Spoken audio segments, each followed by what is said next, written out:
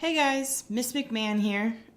We're going to work on using the unit circle to evaluate some trig functions at different angles today. But we already built the unit circle up, so here is my unit circle. And then today specifically we're going to look at how to fill out this chart a little bit. And I'm not going to do all of it, but I am going to do some of it, and then you guys can finish it up. So what I've done to start with is we had all of the radian angle measures already typed into the chart. I converted all of those to degrees and filled out the degree angle measurements that correspond with the different radian measurements. And then I also put in the negative radian measurements. And so what we have here are sets of coterminal angles because they are angles that all land in the same spot to define coterminal angles informally. And so we're going to fill out some of the rest of the chart. If we go back to our unit circle patterns that we know and have explored, we can remind ourselves that the cosine of an angle in the unit circle is the x coordinate point, because that is the adjacent distance, and then we know that in the unit circle the hypotenuse distance is always the radius, which is always 1. So when we divide by that 1, we don't see that x value change, which is why we have that pattern. For that same reason, we get that the sine of an angle is the y coordinate point. The tangent of an angle is that opposite divided by adjacent, which gives us in the unit circle is the y coordinate point divided by the x coordinate point. Then we have the secant value is the reciprocal of cosine, so that's going to give us 1 over x. The cosecant value is the reciprocal of the sine value. That's going to give us 1 over y. And the cotangent value is the reciprocal of tangent. That's going to give us x over y. So, like I said, I'm going to do a couple of these. Let's start with, say, 5 pi over 6, and we'll fill that out.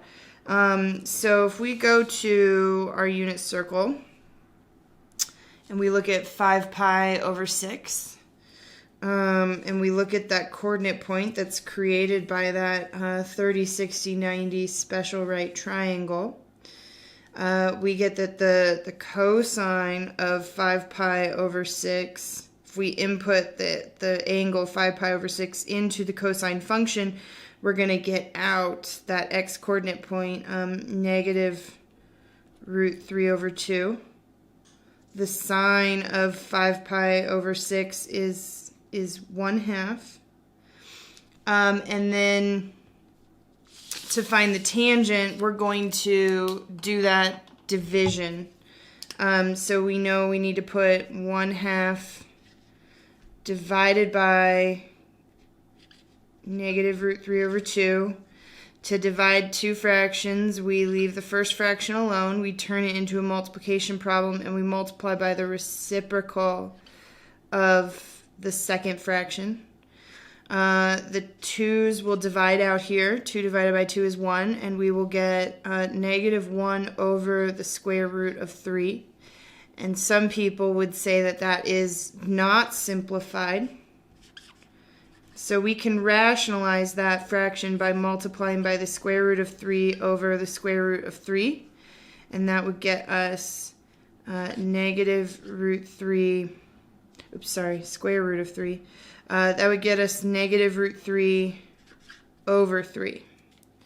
So we have the tangent of 5 pi over 6 is can either be written as negative 1 over the square root of 3, or can be written as negative root 3 over 3.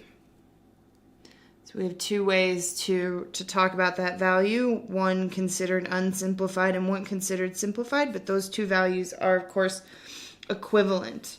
And if you plug them into your calculator, you would get the exact same decimal for both of those values. So then if we move on to the secant of 5 pi over 6, see what value we get when we plug 5 pi over 6 or 150 degrees into the secant function. We know that that's going to be the reciprocal of cosine. Well, the reciprocal of cosine at this angle is -2 over the square root of 3. So that is the secant of 5 pi over 6. Again, some people would say that this is not simplified and that it needs to be rationalized. And we can do that by multiplying the fraction by the square root of 3 divided by the square root of 3. And that would give us -2 root 3 over 3. So I would put both of those in my chart. I would say that we've got -2 over the square root of 3, which is equal to -2 root 3 over 3.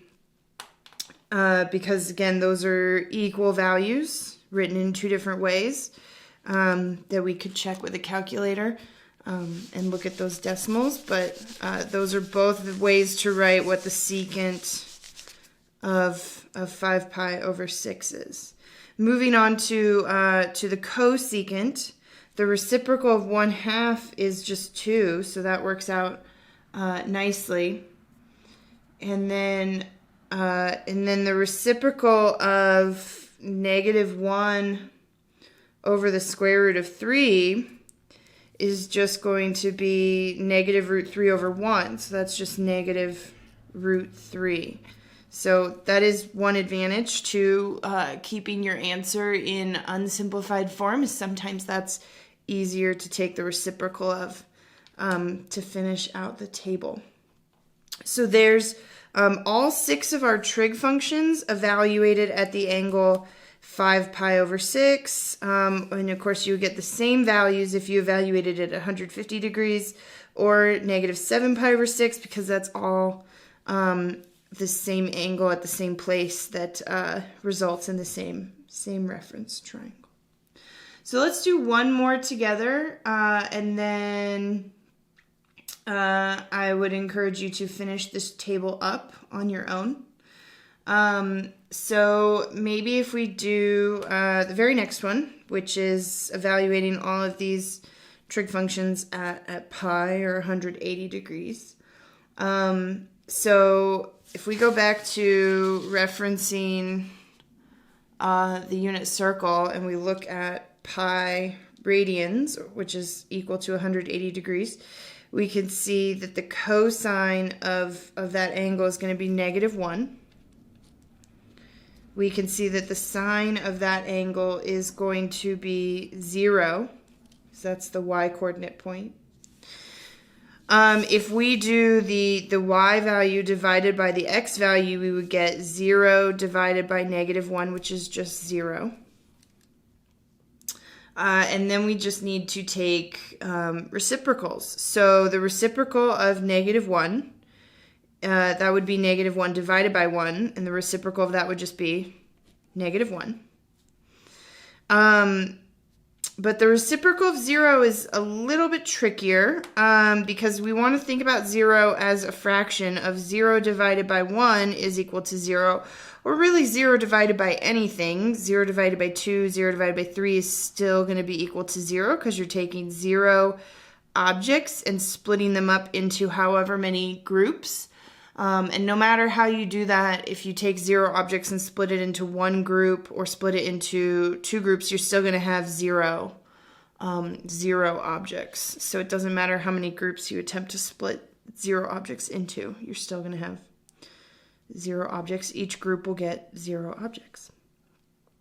So if we think about 0 as a fraction, 0 divided by 1, and we take the reciprocal of that, that's going to be something divided by 0, or 1 divided by 0, or 2 divided by 0, which is not 0 anymore. That is undefined. Because when we take the reciprocal of that, we are trying to say, I want to take one object and split it into 0 groups. And there's no way that we can do that because the one object would have to go somewhere. It can't just disappear. And so it can't go into 0 groups. We could split one object into one group and each group would get one object. But we cannot split something into 0 groups. So we get that the cosecant of pi or negative pi is undefined because we cannot divide by 0. And with another denominator of y, we get the cotangent of that angle is the same thing as is undefined. So I hope you found that helpful.